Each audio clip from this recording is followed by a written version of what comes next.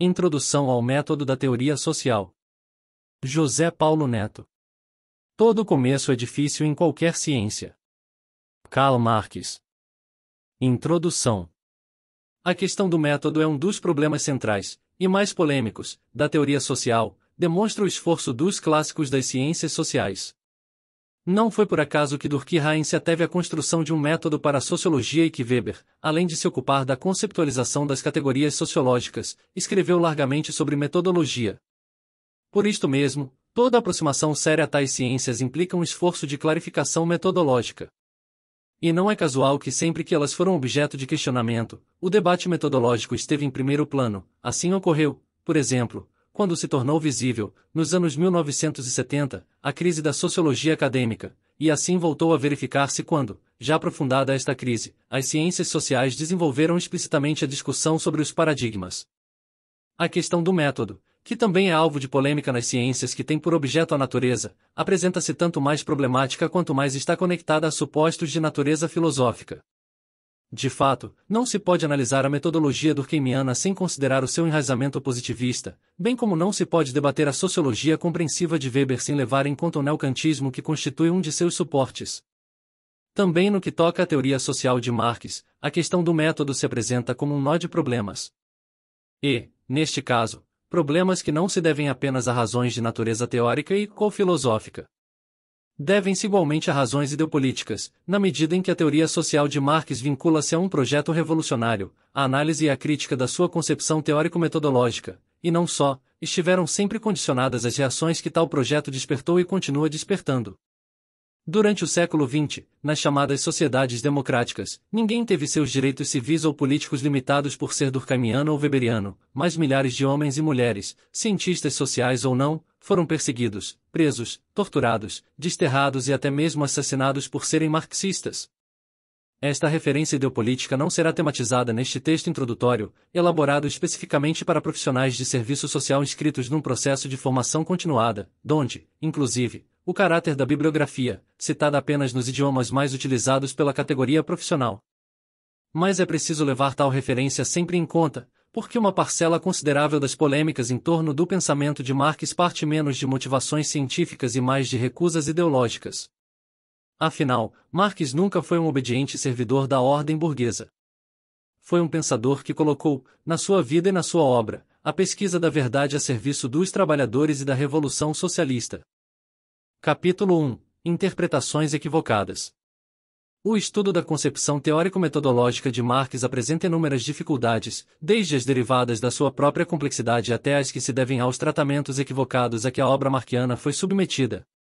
Antes de tangenciar os principais elementos que contribuem para superar as dificuldades específicas do tema, cabe mencionar rapidamente alguns equívocos que decorrem das interpretações que deformaram, adulteraram e falsificaram a concepção teórico-metodológica de Marx. Curiosamente, quando se analisam os equívocos e as adulterações existentes acerca desta concepção, verifica-se que foram responsáveis por eles tanto os próprios seguidores de Marx quanto seus adversários e detratores. Uns e outros, por razões diferentes, contribuíram decisivamente para desfigurar o pensamento marxiano. No campo marxista, muitas das deformações tiveram por base as influências positivistas, dominantes nas elaborações dos principais pensadores, Plekano, Kautsky, da Segunda Internacional, organização socialista fundada em 1889 de grande importância até 1914. Essas influências não foram superadas, antes se viram agravadas, inclusive com incidências neopositivistas, no desenvolvimento ideológico ulterior da Terceira Internacional, organização comunista que existiu entre 1919 e 1943, culminando na ideologia stalinista. Delas resultou uma representação simplista da obra marxiana. Uma espécie de saber total, articulado sobre uma teoria geral do ser, o materialismo dialético, e sua especificação em face da sociedade, o materialismo histórico. Sobre esta base surgiu farta literatura manualesca, apresentando o método de Marx como resumível nos princípios fundamentais do materialismo dialético e do materialismo histórico, sendo a lógica dialética aplicável indiferentemente à natureza e à sociedade, bastando o conhecimento das suas leis, as célebres leis da dialética, para assegurar o bom andamento das pesquisas. Assim, o conhecimento da realidade não demandaria os sempre árduos esforços investigativos, substituídos pela simples aplicação do método de Marx, que haveria de solucionar todos os problemas. Uma análise econômica da sociedade forneceria a explicação do sistema político, das formas culturais, etc. Se, num texto célebre dos anos 1960, Sartre, 1979, ironizava os resultados obtidos desta maneira, já muito antes, numa carta de 5 de agosto de 1890, Engels protestava contra procedimentos deste gênero, insistindo em que a concepção de Marx da história é, antes de tudo, um guia para o estudo. É necessário estudar novamente toda a história, e estudar, em suas minúcias, as condições de vida das diversas formações sociais, antes de fazer derivar delas as ideias políticas, estéticas, religiosas, etc. que lhes correspondem. Acresce, ainda, que, no registro dos manuais, Marx aparece geralmente como um teórico fatorialista. Ele teria sido aquele que, na análise da história e da sociedade, situou o fator econômico como determinante em relação aos fatores sociais, culturais, etc. Também Engels, em carta de setembro de 1890, já advertira contra essa deformação. Recordando que Marx e ele sustentavam tão somente a tese segundo a qual a produção e a reprodução da vida real apenas em última instância determinavam a história, advertia. Nem Marx nem eu afirmamos, uma vez sequer, algo mais que isto. Se alguém o modifica, afirmando que o fato econômico é o único fato determinante, converte aquela tese numa frase vazia, abstrata e absurda. Tal concepção reducionista, que nada tem a ver com o pensamento de Marx, é compartilhada também por muitos dos adversários teóricos de Marx. Weber, por exemplo, criticou, na concepção materialista da história, as explicações monocausalistas dos processos sociais, isto é, explicações que pretendiam esclarecer tudo a partir de uma única causa, ou fator. A crítica é procedente se relacionada a teorias efetivamente monocausalistas, mas é inteiramente inepta se referida a Marx, que jamais recorreu a monocausalidades, uma vez que, como realçou um de seus melhores estudiosos, é o ponto de vista da totalidade e não a predominância das causas econômicas na explicação da história que distingue de forma decisiva o marxismo da ciência burguesa. Atualmente, no diversificado e heterogêneo campo dos adversários, e mesmo detratores de Marx, porém, a crítica se concentra especialmente sobre dois eixos temáticos. O primeiro diz respeito a uma suposta irrelevância das dimensões culturais e simbólicas no universo teórico de Marx, com todas as consequências daí derivadas para a sua perspectiva metodológica. Apesar de amplamente difundida em meios acadêmicos, trata-se de crítica absolutamente despropositada, facilmente refutável com o recurso à textualidade marquiana. Dados os limites deste texto introdutório, recordo, tão somente como contraprovas, o peso que Marx atribui às tradições quando tangência à propriedade comunal entre os eslavos e as suas permanentes preocupações com a especificidade de esferas ideais como a arte. O segundo eixo temático relaciona-se a um pretenso determinismo no pensamento marxiano. A teoria social de Marx estaria comprometida por uma teleologia evolucionista, ou seja, para Marx, uma dinâmica qualquer, econômica, tecnológica, etc. Dirigiria necessária e compulsoriamente a história para um fim já previsto, o socialismo.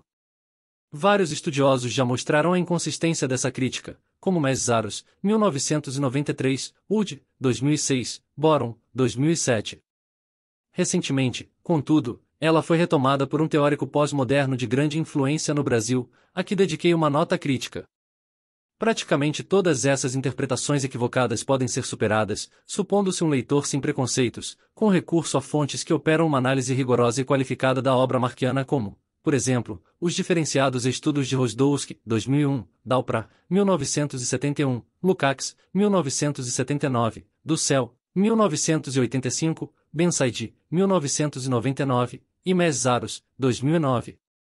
Entretanto, é a recorrência aos próprios textos de Marx, e, eventualmente, de Engels e Marx, que propicia o material indispensável e adequado para o conhecimento do método que ele descobriu para o estudo da sociedade burguesa. Capítulo 2. O método de Marx, uma longa elaboração teórica. Sabe-se que Marx inicia efetivamente a sua trajetória teórica em 1841, aos 23 anos, ao se doutorar em filosofia pela Universidade de Jena. Mas entre 1843 e 1844, quando se confronta polemicamente com a filosofia de Hegel, sob a influência materialista de Feuerbach, que ele começa a revelar o seu perfil de pensador original, são deste período seus textos para a questão judaica e crítica da filosofia do direito de Hegel, Introdução.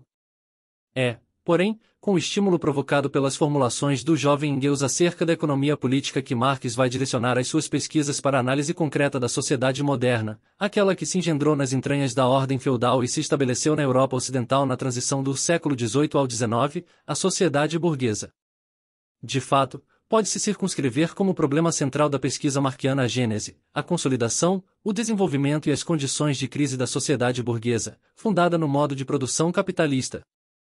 Esta pesquisa, de que resultarão as bases da sua teoria social, ocupará Marx por cerca de 40 anos, de meados da década de 1840 até sua morte, e pode-se localizar o seu ponto de arranque nos manuscritos econômico-filosóficos de 1844 e a sua culminação nos materiais constitutivos de O Capital.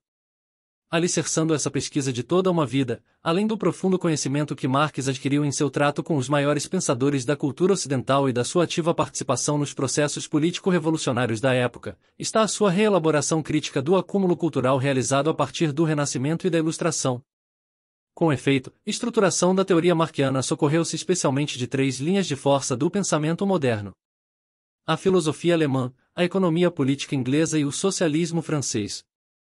Numa palavra, Marx não fez tábula rasa do conhecimento existente, mas partiu criticamente dele.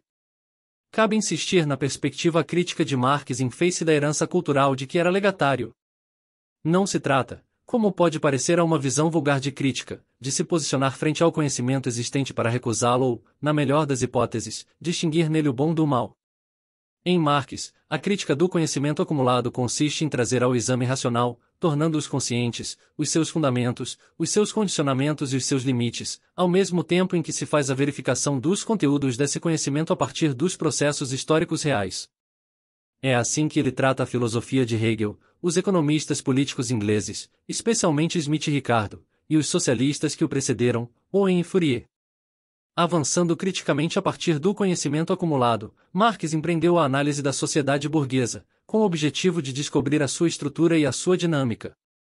Esta análise, iniciada na segunda metade dos anos 1840, configura um longo processo de elaboração teórica, no curso de qual Marx foi progressivamente determinando o método adequado para o conhecimento veraz, verdadeiro, da realidade social. Isto quer dizer, simplesmente, que o método de Marx não resulta de descobertas abruptas ou de intuições geniais, ao contrário, resulta de uma demorada investigação.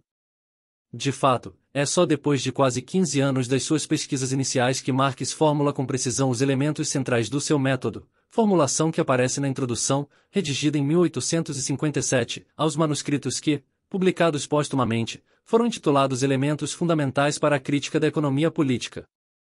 Rascunhos, 1857 a 1858. É nestas poucas páginas que se encontram sintetizadas as bases do método que viabilizou a análise contida em O Capital e a fundação da teoria social de Marx. Capítulo 3. Teoria, Método e Pesquisa. Antes de sinalizar rapidamente o processo intelectual que surge resumido na introdução referida a linhas acima, e mesmo antecipando algo do conteúdo deste texto de 1857, é preciso esclarecer o significado que teoria tem para Marx. Para ele, a teoria não se deduz ao exame das formas dadas de um objeto, com o pesquisador descrevendo-o detalhadamente e construindo modelos explicativos para dar conta, à base de hipóteses que apontam para relações de causa-efeito, de seu movimento visível, tal como ocorre nos procedimentos da tradição empirista e co-positivista. E não é, também, a construção de enunciados discursivos sobre os quais a chamada comunidade científica pode ou não estabelecer consensos intersubjetivos, verdadeiros jogos de linguagem ou exercícios e combates retóricos, como querem alguns pós-modernos. Para Marx, a teoria é uma modalidade peculiar de conhecimento, outras modalidades são, por exemplo, a arte, o conhecimento prático da vida cotidiana, o conhecimento mágico religioso. Mas a teoria se distingue de todas essas modalidades e tem especificidade. O conhecimento teórico é o conhecimento do objeto tal como ele é em si mesmo, na sua existência real e efetiva, independentemente dos desejos, das aspirações e das representações do pesquisador. A teoria é, para Marx, a reprodução ideal do movimento real do objeto pelo sujeito que pesquisa. Pela teoria, o sujeito reproduz em seu pensamento a estrutura e a dinâmica do objeto que pesquisa. E esta reprodução, que constitui propriamente o conhecimento teórico, será tanto mais correta e verdadeira quanto mais fiel o sujeito for ao objeto. Detenhamo-nos um pouco neste ponto tão importante e complexo, começando pela própria noção de ideal. Ao mencionar a relação do seu método com o de Hegel, de quem recolheu criticamente a concepção dialética, Marx anotou: meu método dialético, por seu fundamento, difere do método hegeliano, sendo a ele inteiramente oposto. Para Hegel, o processo do pensamento é o criador do real, e o real é apenas sua manifestação externa. Para mim, ao contrário, o ideal não é mais do que o material transposto para a cabeça do ser humano e por ela interpretado. Assim, a teoria é o movimento real do objeto transposto para o cérebro do pesquisador, é o real reproduzido e interpretado no plano ideal, do pensamento. Prossigamos. Para Marx, o objeto da pesquisa, no caso, a sociedade burguesa, tem existência objetiva, não depende do sujeito, do pesquisador, para existir. O objetivo do pesquisador, indo além da aparência fenomênica, imediata e empírica, por onde necessariamente se inicia o conhecimento, sendo essa aparência um nível da realidade, portanto, algo importante e não descartável, é aprender a essência, ou seja, a estrutura e a dinâmica, do objeto. Numa palavra, o método de pesquisa que propicia o conhecimento teórico, partindo da aparência, visa alcançar a essência do objeto. Alcançando a essência do objeto, isto é, capturando a sua estrutura e dinâmica, por meio de procedimentos analíticos e operando a sua síntese, o pesquisador a reproduz no plano do pensamento, mediante a pesquisa, viabilizada pelo método. O pesquisador reproduz, no plano ideal, a essência do objeto que investigou. O objeto da pesquisa tem, insista-se, uma existência objetiva, que independe da consciência do pesquisador. Mas o objeto de Marx é a sociedade burguesa, um sistema de relações construído pelos homens, o produto da ação recíproca dos homens. Isto significa que a relação sujeito-objeto no processo do conhecimento teórico não é uma relação de externalidade, tal como se dá, por exemplo, na citologia ou na física, antes, é uma relação em que o sujeito está implicado no objeto. Por isto mesmo, a pesquisa, e a teoria que dela resulta, da sociedade exclui qualquer pretensão de neutralidade, geralmente identificada com objetividade, acerca do debate que sobre a objetividade se acumulou nas ciências sociais e na tradição marxista. Entretanto, essa característica não exclui a objetividade do conhecimento teórico. A teoria tem uma instância de verificação da sua verdade, instância que é a prática social e histórica. Tomemos um exemplo. Da sua análise do movimento do capital, Marx extraiu a Lei Geral da Acumulação Capitalista, segundo a qual, no modo de produção capitalista, a produção da riqueza social implica, necessariamente, a reprodução contínua da pobreza, relativa é ou absoluta, nos últimos 150 anos. O desenvolvimento das formações sociais capitalistas somente tem comprovado a correção da sua análise, com a questão social pondo-se e repondo-se, ainda que sob expressões diferenciadas, sem solução de continuidade. E ainda outro exemplo. Analisando o mesmo movimento do capital, Marx descobriu a impossibilidade de o capitalismo existir sem crises econômicas. Também, no último século e meio, a prática social e histórica demonstrou o rigoroso acerto dessa descoberta. Essas e outras projeções plenamente confirmadas sobre o desenvolvimento do capitalismo não se devem a qualquer capacidade profética de Marx, devem-se a que sua análise da dinâmica do capital permitiu-lhe extrair do seu objeto a lei econômica do movimento da sociedade moderna, não uma lei no sentido das leis físicas ou das leis sociais durkheimianas fixas e imutáveis, mas uma tendência histórica determinada, que pode ser travada ou contrarrestada por outras tendências. Voltemos à concepção marquiana de teoria. A teoria é a reprodução, no plano do pensamento, do movimento real do objeto. Esta reprodução, porém, não é uma espécie de reflexo mecânico, com o pensamento espelhando a realidade tal como um espelho reflete a imagem que tem diante de si. Se assim fosse, o papel do sujeito que pesquisa, no processo do conhecimento, seria meramente passivo. Para Marx, ao contrário, o papel do sujeito é essencialmente ativo. Precisamente para aprender não a aparência ou a forma dada do objeto, mas a sua essência, a sua estrutura e a sua dinâmica, mas exatamente para aprendê-lo como um processo, o sujeito deve ser capaz de mobilizar um máximo de conhecimentos, criticá-los, revisá-los e deve ser dotado de criatividade e imaginação. O papel do sujeito é fundamental no processo de pesquisa. Marx, aliás, caracteriza de modo breve e conciso tal processo. Na investigação, o sujeito tem de apoderar-se da matéria, em seus pormenores, de analisar suas diferentes formas de desenvolvimento e de perquirir a conexão que há entre elas. Neste processo, os instrumentos, ou, se quiser, técnicas, de pesquisa são os mais variados, desde a análise documental até as formas mais diversas de observação, recolha de dados, quantificação, etc. Esses instrumentos são meios de que se vale o pesquisador para apoderar-se da matéria, mas não devem ser identificados com o método. Instrumentos similares podem servir, e de fato servem, em escala variada, a concepções metodológicas diferentes. Cabe observar que, no mais de um século decorrido após a morte de Marx, as ciências sociais desenvolveram um enorme acervo de instrumentos técnicas de pesquisa, com alcances diferenciados, e todo pesquisador deve esforçar-se por conhecer este acervo, apropriar-se dele e dominar a sua utilização. É só quando está concluída a sua investigação, e é sempre relevante lembrar que, no domínio científico, toda conclusão é sempre provisória, sujeita à comprovação, retificação, abandono etc. que o pesquisador apresenta, expositivamente, os resultados a que chegou. E Marx, na sequência imediata da última citação que fizemos, agrega: só depois de concluído este trabalho de investigação é que se pode descrever, adequadamente, o movimento real. Se isto se consegue, ficará espelhada, no plano ideal, a vida da realidade pesquisada. Como se vê, para Marx, os pontos de partida são opostos. Na investigação, o pesquisador parte de perguntas, questões; na exposição, ele já parte dos resultados que obteve na investigação. Por isto, diz Marx, é mister, sem dúvida, distinguir formalmente o método de exposição do método de pesquisa.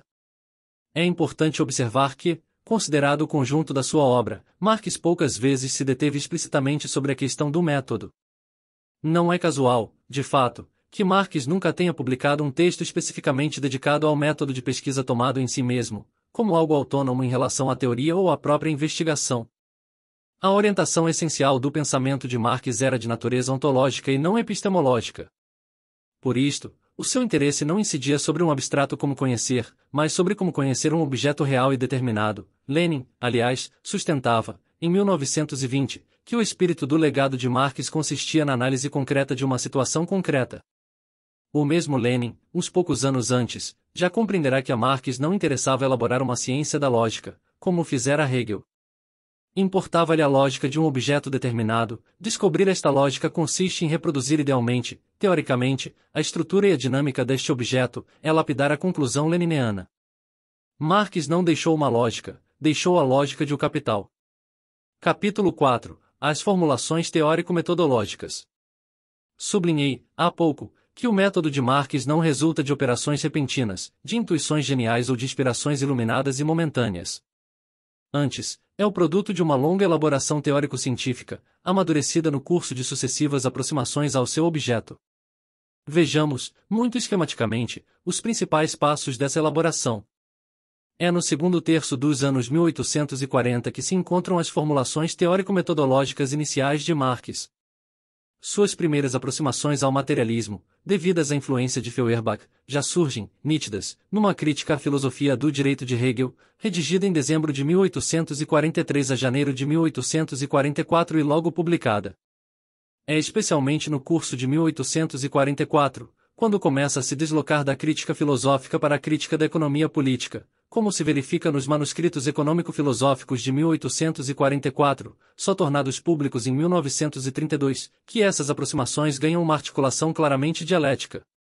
Não é por acaso que, paralelamente à redação desses manuscritos, Marx retorne à hegeliana fenomenologia do espírito, demonstrando o domínio que já possui das suas categorias, e a leitura dos manuscritos se revela um conhecimento ainda insuficiente da economia política. Isso indica a segurança do autor no manuseio da dialética. Manuseio que se aprofunda na sequência do estabelecimento da relação pessoal com Engels. No livro que marca o começo da sua colaboração intelectual, A Sagrada Família, ou A Crítica da Crítica Crítica, de 1845, confrontando-se com os pensadores alemães contemporâneos. Em várias passagens, os dois jovens autores apontam a perspectiva teórica a partir da qual criticam filósofos com os quais, até pouco tempo antes, mantinham boas relações intelectuais. Porém, é na obra que se dedicam em seguida, a ideologia alemã, escrita em de 1845 a 1846, mas só publicada em 1932, que surge a primeira formulação mais precisa das suas concepções. Marx e Engels esclarecem que as suas análises têm pressupostos, mas se trata de pressupostos reais. Constituem-nos os indivíduos reais, sua ação e suas condições materiais de vida, tanto aquelas por eles já encontradas como as produzidas por sua própria ação. E escrevem que, por isto mesmo, nas suas análises, não se parte daquilo que os homens dizem, imaginam ou representam, tampouco os homens pensados, imaginados ou representados para, a partir daí, chegar aos homens de carne e osso, parte-se dos homens realmente ativos, do seu processo de vida real. Na base dessas ideias, está um argumento essencial. Os homens são os produtores de suas representações, de suas ideias e assim por diante, mas os homens reais, ativos, tal como são condicionados por um determinado desenvolvimento de suas forças produtivas e pelo intercâmbio que a ele corresponde. A consciência não pode ser jamais outra coisa do que o ser consciente e o ser dos homens é o seu processo de vida real. Não é a consciência que determina a vida, mas a vida que determina a consciência.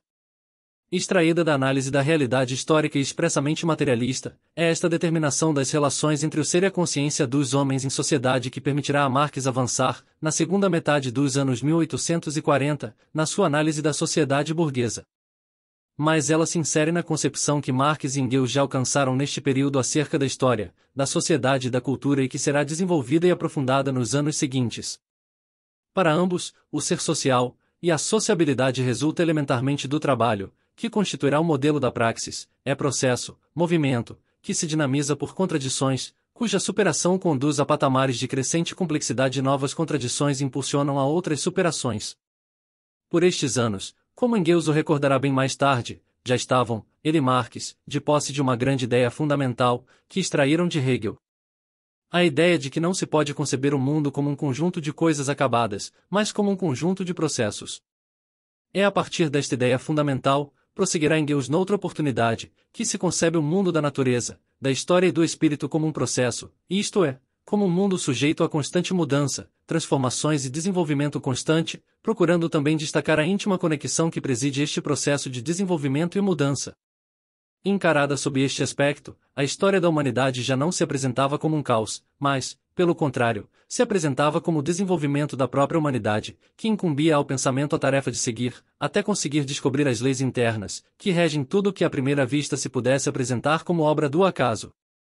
À medida que Marx se desloca da crítica da filosofia para a crítica da economia política, suas ideias ganham crescente elaboração.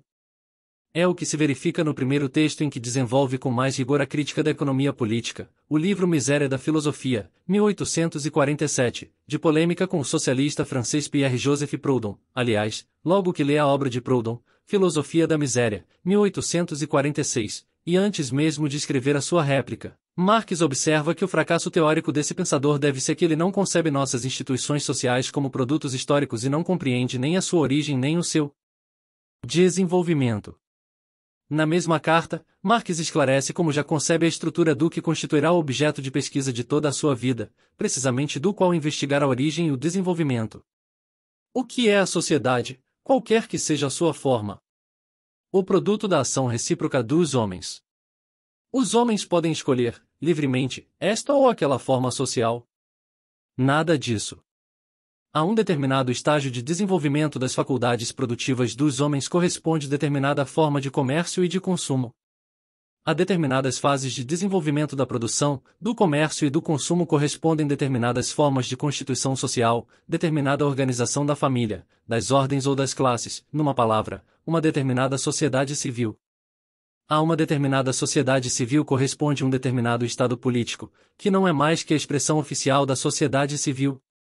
É supérfluo acrescentar que os homens não são livres para escolher as suas forças produtivas, base de toda a sua história, pois toda força produtiva é uma força adquirida, produto de uma atividade anterior.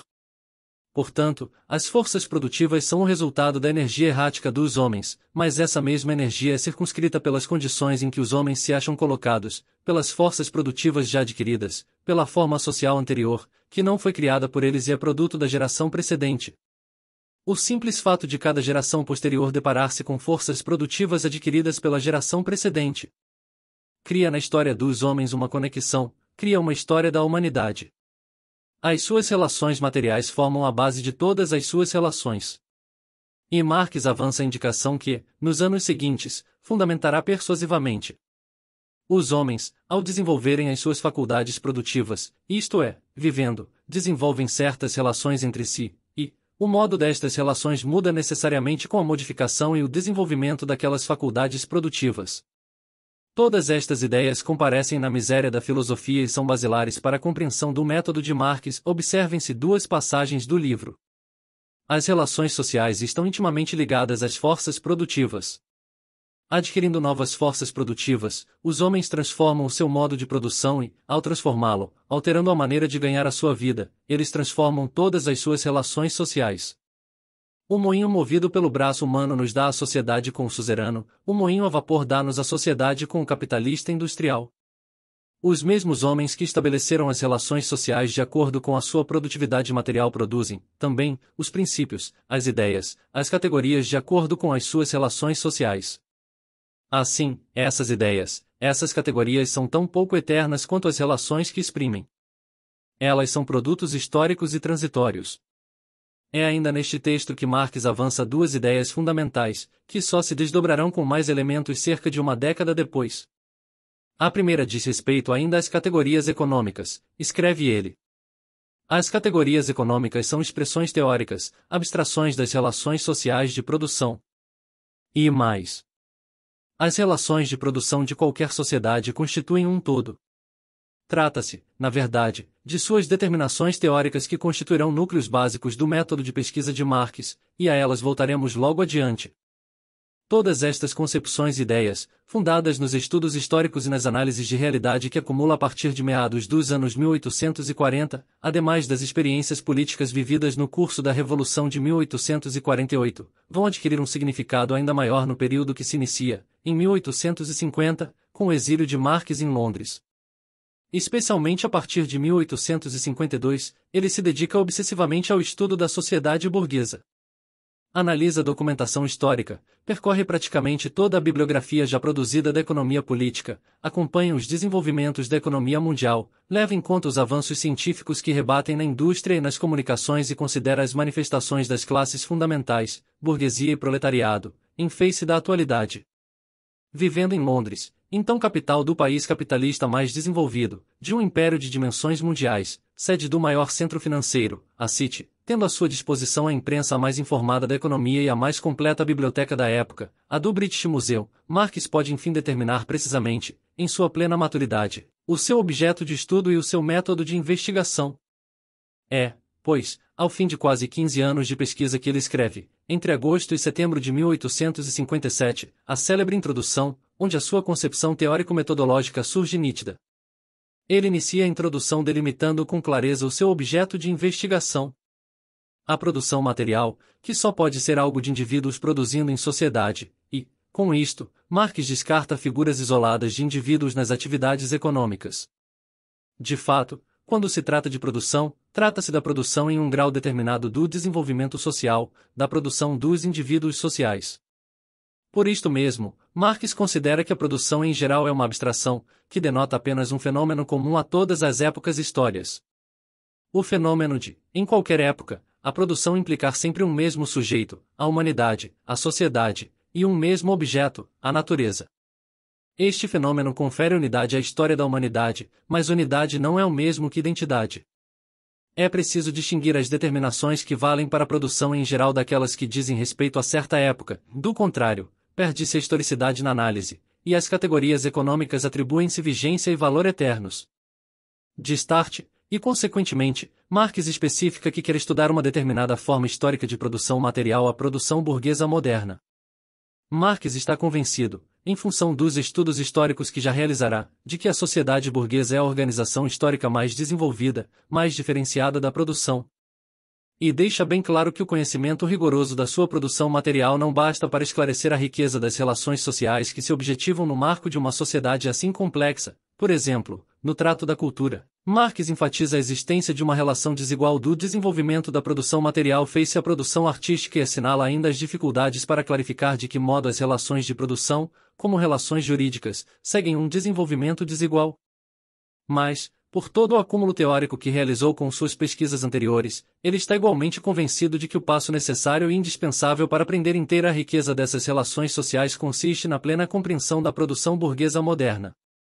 Sem esta compreensão, será impossível uma teoria social que permita oferecer um conhecimento verdadeiro da sociedade burguesa como totalidade, incluindo, pois, o conhecimento, para além da sua organização econômica, das suas instituições sociais e políticas e da sua cultura. Para elaborar a reprodução ideal, a teoria, do seu objeto real, que é a sociedade burguesa, Marx descobriu que o procedimento fundante é a análise do modo pelo qual nele se produz a riqueza material. A questão da riqueza material, ou, mais exatamente, das condições materiais da vida social, porém, não envolve apenas a produção, mas articula ainda a distribuição, a troca, e a circulação, que é a troca considerada em sua totalidade, e o consumo. Por que, então, começar pela produção? A argumentação de Marx, baseada no aprofundamento de seus estudos anteriores e consolidada no exílio londrino, depois de demonstrar que a produção é, em parte, consumo e este, parcialmente, é produção, e também depois de relacioná-los à distribuição e à circulação, leva ao seguinte resultado. Estes momentos, produção, distribuição, troca, consumo, não são idênticos, mas todos são elementos de uma totalidade, diferenças dentro de uma mesma unidade. Mas, sem prejuízo da interação entre esses elementos, é dominante o momento da produção. A produção se expande tanto a si mesma, como se alastra aos demais momentos. O processo começa de novo sempre a partir dela. Que a troca e o consumo não possam ser o elemento predominante, compreende-se por si mesmo. O mesmo acontece com a distribuição. Uma forma determinada da produção determina, pois, formas determinadas do consumo, da distribuição, da troca, assim como relações determinadas desses diferentes fatores entre si. Uma teoria social da sociedade burguesa, portanto, tem que possuir como fundamento a análise teórica da produção das condições materiais da vida social. Este ponto de partida não expressa um juízo ou uma preferência pessoal do pesquisador. Ele é uma exigência que decorre do próprio objeto de pesquisa, sua estrutura e dinâmica só serão reproduzidas com veracidade no plano ideal a partir desse fundamento, o pesquisador só será fiel ao objeto se atender a tal imperativo.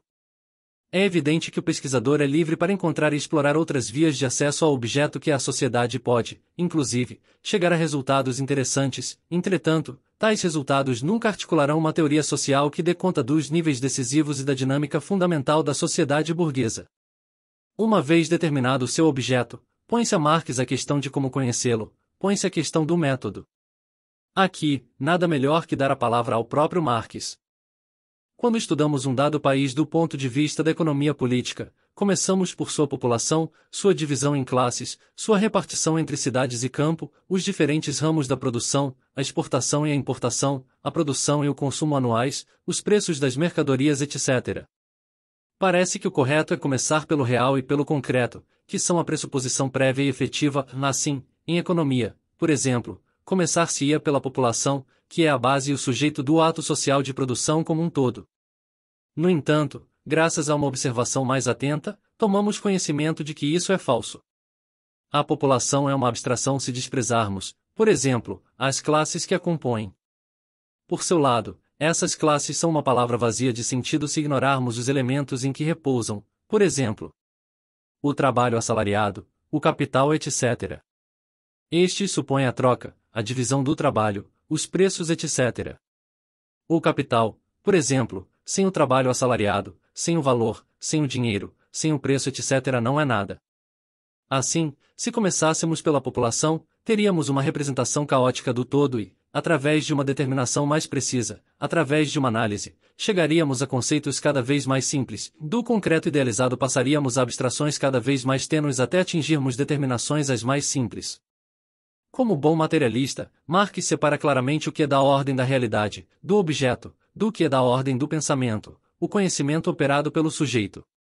Começa-se pelo real e pelo concreto, que aparecem como dados, pela análise, um e outro elementos são abstraídos, e progressivamente, com o avanço da análise, chega-se a conceitos, a abstrações que remetem a determinações as mais simples.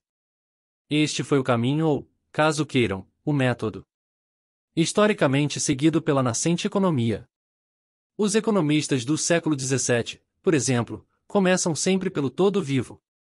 A população, a nação, o Estado, vários estados, etc., mas terminam sempre por descobrir, por meio da análise, certo número de relações gerais abstratas que são determinantes, tais como a divisão do trabalho, o dinheiro, o valor, etc.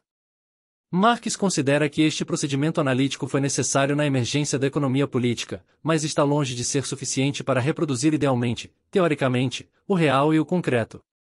Com efeito, depois de alcançar aquelas determinações mais simples, teríamos que voltar a fazer a viagem de modo inverso, até dar de novo com a população, mas desta vez não como uma representação caótica de um todo, porém como uma rica totalidade de determinações e relações diversas. É esta viagem de volta que caracteriza, segundo Marx, o método adequado para a elaboração teórica. Ele esclarece. O último método é manifestamente o método cientificamente exato. O concreto é concreto porque é a síntese de muitas determinações, isto é, unidade do diverso. Por isso, o concreto aparece no pensamento como o processo da síntese, como resultado, não como ponto de partida, ainda que seja o ponto de partida efetivo. No primeiro método, a representação plena volatiliza-se em determinações abstratas, no segundo, as determinações abstratas conduzem à reprodução do concreto por meio do pensamento. Deve-se distinguir, a esta altura, para alcançar a inteira compreensão do método que Marx considera cientificamente exato, o sentido de abstração e abstrato. A abstração é a capacidade intelectiva que permite extrair da sua contextualidade determinada, de uma totalidade, um elemento, isolá-lo, examiná-lo, é um procedimento intelectual sem o qual a análise é inviável. Aliás, no domínio do estudo da sociedade, o próprio Marx insistiu com força em que a abstração é um recurso indispensável para o pesquisador. A abstração, possibilitando a análise, retira do elemento abstraído as suas determinações mais concretas, até atingir determinações as mais simples. Neste nível, o elemento abstraído torna-se abstrato, precisamente o que não é na totalidade de que foi extraído. Nela, ele se concretiza porquanto está aturado de muitas determinações. A realidade é concreta exatamente por isto, por ser a síntese de muitas determinações, a unidade do diverso que é própria de toda a totalidade. O conhecimento teórico é, nesta medida, para Marx, o conhecimento do concreto, que constitui a realidade, mas que não se oferece imediatamente ao pensamento.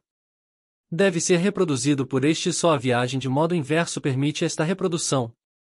Já salientamos que, em Marx, há uma contínua preocupação em distinguir a esfera do ser da esfera do pensamento, o concreto a que chega o pensamento pelo método que Marx considera cientificamente exato. O concreto pensado é um produto do pensamento que realiza a viagem de modo inverso. Marx não hesita em qualificar este método como aquele que consiste em elevar-se do abstrato ao concreto, único modo pelo qual o cérebro pensante se apropria do mundo. Cabe também precisar o sentido das determinações. Determinações são traços pertinentes aos elementos constitutivos da realidade. Nas palavras de um analista, para Marx, a determinação é um momento essencial constitutivo do objeto. Por isto, o conhecimento concreto do objeto é o conhecimento das suas múltiplas determinações. Tanto mais se reproduzem as determinações de um objeto, tanto mais o pensamento reproduz a sua riqueza, concreção, real. As determinações as mais simples estão postas no nível da universalidade, na imediaticidade do real, elas mostram-se como singularidades, mas o conhecimento do concreto opera-se envolvendo universalidade, singularidade e particularidade. Ora, o objetivo da pesquisa marxiana é, expressamente, conhecer as categorias que constituem a articulação interna da sociedade burguesa. E o que são categorias, das quais Marx cita inúmeras: trabalho, valor, capital, etc. As categorias, diz ele, exprimem formas de modos de ser, determinações de existência, frequentemente aspectos isolados de uma sociedade determinada, ou seja, elas são objetivas, reais, pertencem à ordem do ser, são categorias ontológicas, mediante procedimentos intelectivos, basicamente, mediante a abstração, o pesquisador as reproduz teoricamente, e, assim, também pertencem à ordem do pensamento, são categorias reflexivas. Por isto mesmo, tanto real quanto teoricamente, as categorias são históricas e transitórias. As categorias próprias da sociedade burguesa só têm validez plena no seu marco, um exemplo, trabalho assalariado. E uma vez que, como vimos, para Marx a sociedade burguesa é a organização histórica mais desenvolvida, mais diferenciada da produção, vale dizer, a mais complexa de todas as organizações da produção até hoje conhecida, é nela que existe realmente o maior desenvolvimento e a maior diferenciação categorial. Logo, a sua reprodução ideal, a sua teoria, implica a apreensão intelectiva dessa riqueza categorial, o que significa dizer que a teoria da sociedade burguesa deve ser também rica em categorias. Depois de anotar que a sociedade burguesa apresenta a mais desenvolvida organização da produção, Marx, numa argumentação que interdita qualquer procedimento e natureza positivista, observa as categorias que exprimem as relações da sociedade burguesa, a compreensão de sua própria articulação, permitem penetrar na articulação e nas relações de produção de todas as formas de sociedade desaparecidas, sobre cujas ruínas e elementos se acha edificada e cujos vestígios, não ultrapassados ainda, levam de arrastão, desenvolvendo tudo o que fora antes apenas indicado e que toma assim a sua significação, etc. A anatomia do homem é a chave para a anatomia do macaco. O que nas espécies animais inferiores indica uma forma superior não pode ser compreendido, senão quando se conhece a forma superior. A economia burguesa fornece a chave da economia da antiguidade, etc. Esta argumentação inverte a vulgar proposição positivista de que o mais simples explica o mais complexo. Somente quando uma forma mais complexa se desenvolve e é conhecida é que se pode compreender inteiramente o menos complexo, é o presente, pois, que esclarece o passado. Na sociedade burguesa, a categoria dinheiro, eis um exemplo do próprio Marx, encontra-se muito mais desenvolvida do que na antiguidade, onde funcionava como meio de troca. Se a analisássemos apenas como meio de troca, não teríamos condições de detectar as suas outras possíveis funções, quando analisamos na sociedade burguesa, onde, ademais de meio de troca, opera como equivalente geral, medida de valor, meio de acumulação, meio de pagamento universal, seu pleno desenvolvimento ilumina o seu processo anterior. Obviamente, afirmando-se que o presente ilumina o passado, ou, noutras palavras, que a forma mais complexa permite compreender aquilo que, numa forma menos complexa, indica a potencialidade de ulterior desenvolvimento, não se discute a necessidade de conhecer a gênese histórica de uma categoria ou processo, tal conhecimento é absolutamente necessário. Mas dele não decorre o conhecimento da sua relevância no presente, sua estrutura e sua função atuais. Ambos, estrutura e função, podem apresentar características inexistentes ou atrofiadas no momento da sua emergência histórica. Assim, as condições da gênese histórica não determinam o ulterior desenvolvimento de uma categoria. Por isto mesmo, o estudo das categorias deve conjugar a análise diacrônica, da gênese e desenvolvimento, com a análise sincrônica, sua estrutura e função na organização atual. Entretanto, retornemos à última citação de Marx adicionalmente, e dando consequência à observação que acabamos de fazer, ele adverte. Se a economia burguesa fornece a chave da economia da antiguidade, isto não significa a inexistência de diferenças históricas, as categorias não são eternas, são historicamente determinadas e esta determinação se verifica na articulação específica que tem nas distintas formas de organização da produção. Esta é a conclusão de Marx. No estudo da sociedade burguesa, seria, pois, impraticável e errôneo colocar as categorias econômicas na ordem segundo a qual tiveram historicamente uma ação determinante. Não se trata da relação que as relações econômicas assumem historicamente na sucessão das diferentes formas da sociedade. Trata-se da sua hierarquia no interior da moderna sociedade burguesa.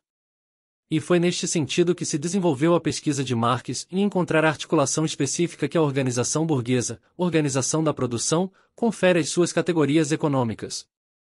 Quando publicou, 2 anos depois que escreveu a introdução de que nos ocupamos aqui, os então mais recentes resultados das suas investigações sistemáticas, orientadas pelas indicações teórico-metodológicas avançadas nesta introdução, no âmbito da crítica da economia política, Marx sintetizou, numa passagem célebre, o fio condutor dos seus estudos.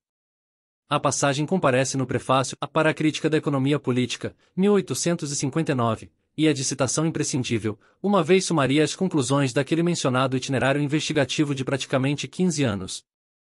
Na produção social da própria vida, os homens contraem relações determinadas, necessárias e independentes da sua vontade.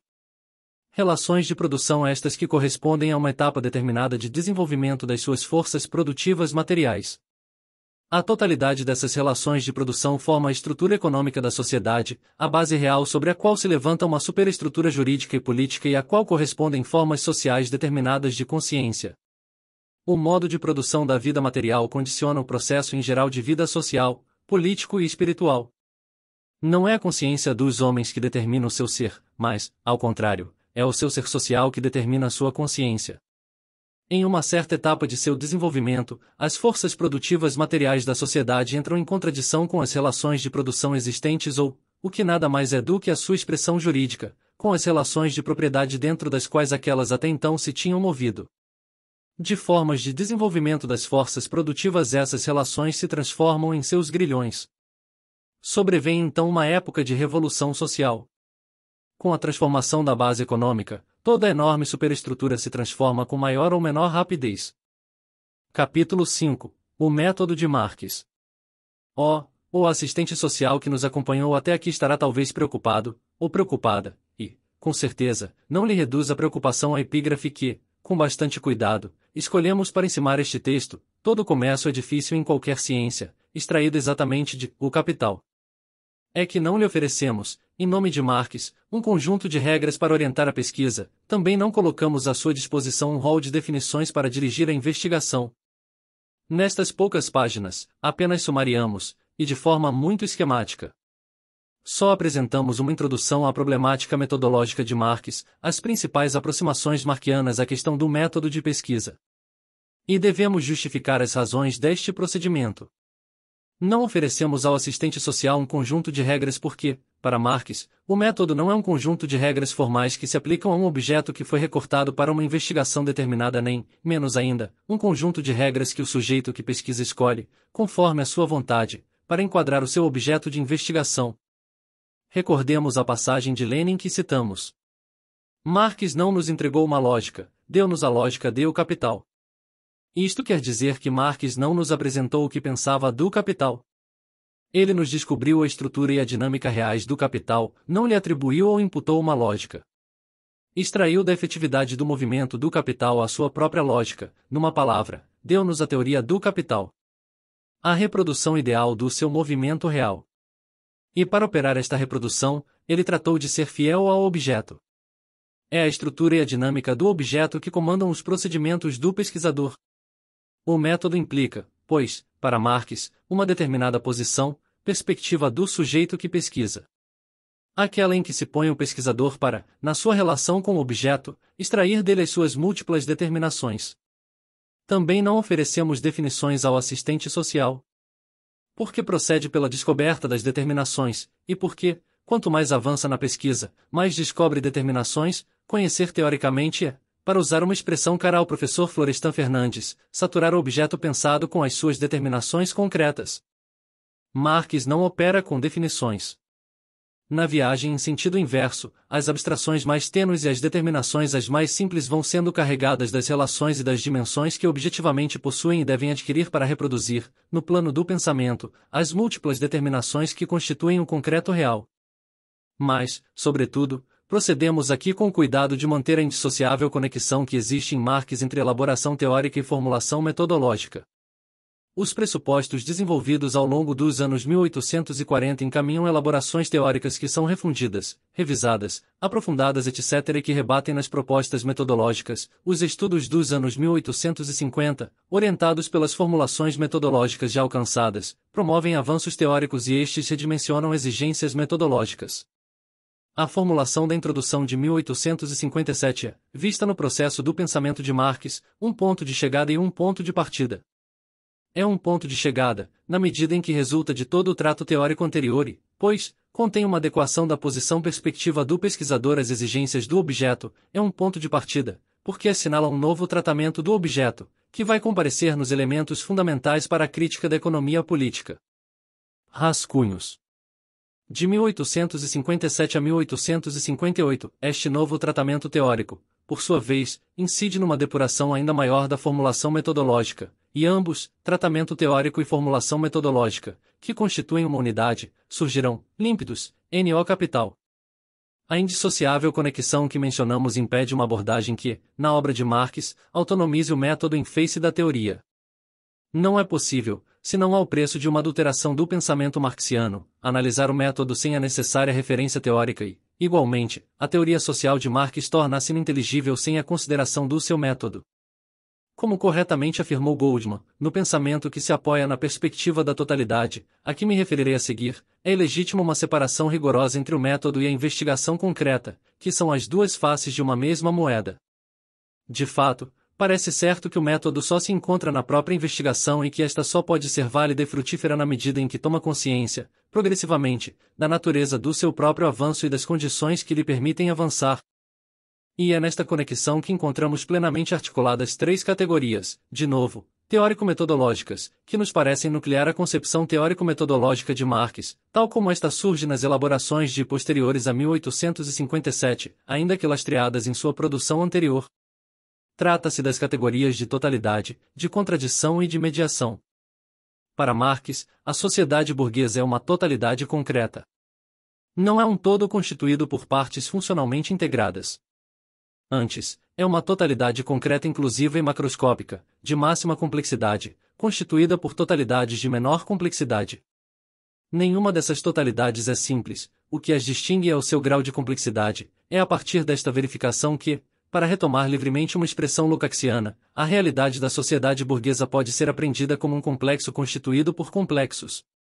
E se há totalidades mais determinantes que outras, já vimos, por exemplo, que, na produção das condições materiais da vida social, a produção determina o consumo, elas se distinguem pela legalidade que as rege.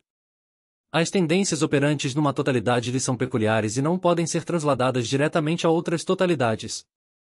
Se assim fosse, a totalidade concreta que é a sociedade burguesa seria uma totalidade amorfa, e o seu estudo nos revela que se trata de uma totalidade estruturada e articulada.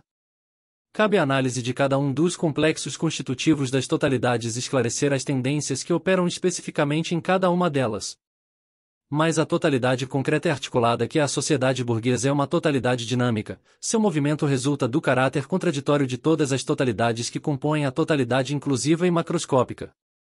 Sem as contradições, as totalidades seriam totalidades inertes, mortas, e o que a análise registra é precisamente a sua contínua transformação.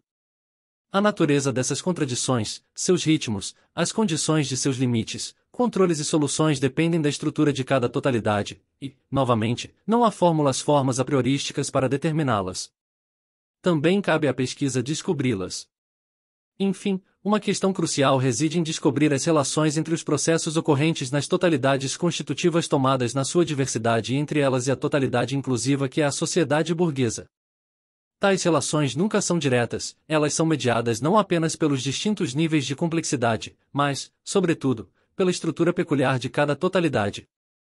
Sem os sistemas de mediações, internas e externas, que articulam tais totalidades, a totalidade concreta que é a sociedade burguesa seria uma totalidade indiferenciada, e a indiferenciação cancelaria o caráter do concreto, já determinado como unidade do diverso. Articulando estas três categorias nucleares, a totalidade, a contradição e a mediação, Marx descobriu a perspectiva metodológica que lhe propiciou o erguimento do seu edifício teórico. Ao nos oferecer o exaustivo estudo da produção burguesa, ele nos legou a base necessária, indispensável, para a teoria social. Se, em inúmeros passos do conjunto da sua obra, Marx foi muito além daquele estudo, fornecendo fundamentais determinações acerca de outras das totalidades constitutivas da sociedade burguesa, o fato é que sua teoria social permanece em construção, e em todos os esforços exitosos operados nesta construção o que se constata é a fidelidade à perspectiva metodológica que acabamos de esboçar.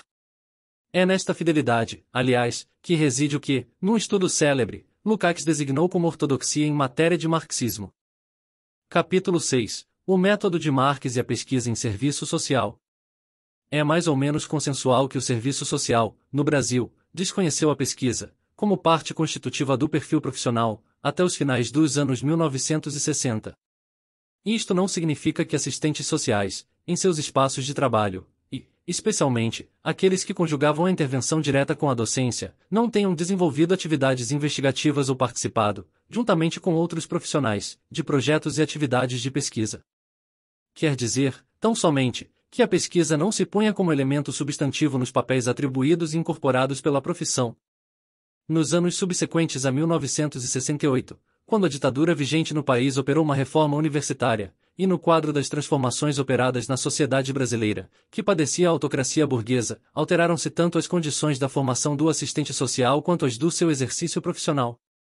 Novas demandas foram postas à profissão no marco da modernização conservadora que estava em curso à época e, também neste marco, a formação se laicizou e se integrou efetivamente no circuito acadêmico, donde, na entrada dos anos 1970, o início dos cursos de pós-graduação, que foram, sem dúvidas, os principais responsáveis pelo estímulo à pesquisa no serviço social. Vê-se, pois, que as atividades de pesquisa inserem-se tardiamente em nosso campo profissional, dado que o serviço social no Brasil já contava, então, com mais de 3 décadas de existência. De qualquer modo, a partir dos finais dos anos 1970, a pesquisa veio se consolidando nos espaços da formação pós-graduada e é hoje um elemento significativo do serviço social brasileiro, atestando a sua maioridade intelectual e as suas condições para participar da interlocução com as ciências sociais. E, Desde meados dos anos 1980, também as revisões curriculares foram concedendo destaque à pesquisa, de modo que também na graduação ela começou a ganhar destaque. Considerado o peso da herança conservadora no serviço social em todo o mundo e particularmente no Brasil, além do desastre que significou para a massa da população a política cultural e educacional da ditadura, compreende-se a difícil inserção da tradição marxista, e, com ela, da concepção teórico-metodológica de Marx, no campo do serviço social.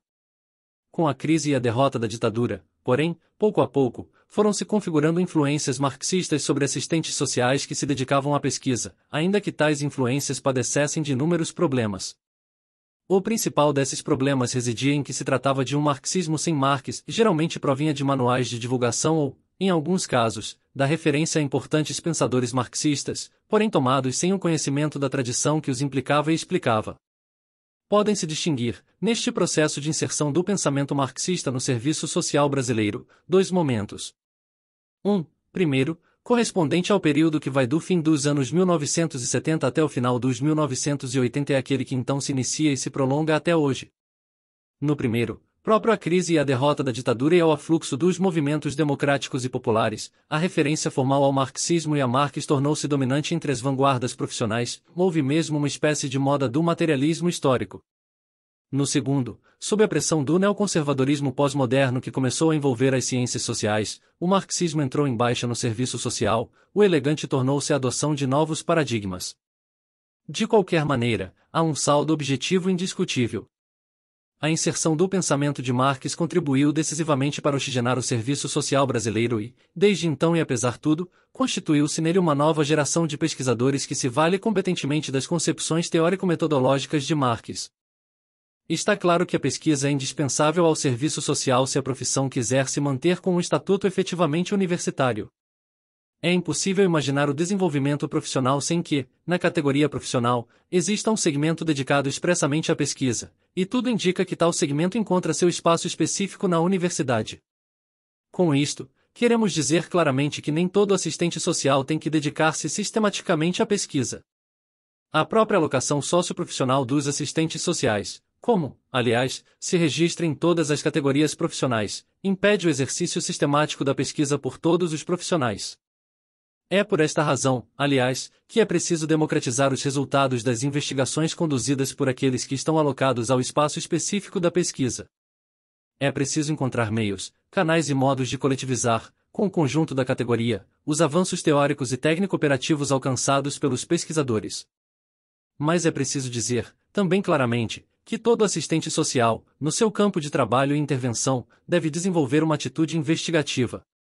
O fato de não ser um pesquisador em tempo integral não o exime quer de acompanhar os avanços dos conhecimentos pertinentes ao seu campo de trabalho, quer de procurar conhecer concretamente a realidade da sua área particular de trabalho.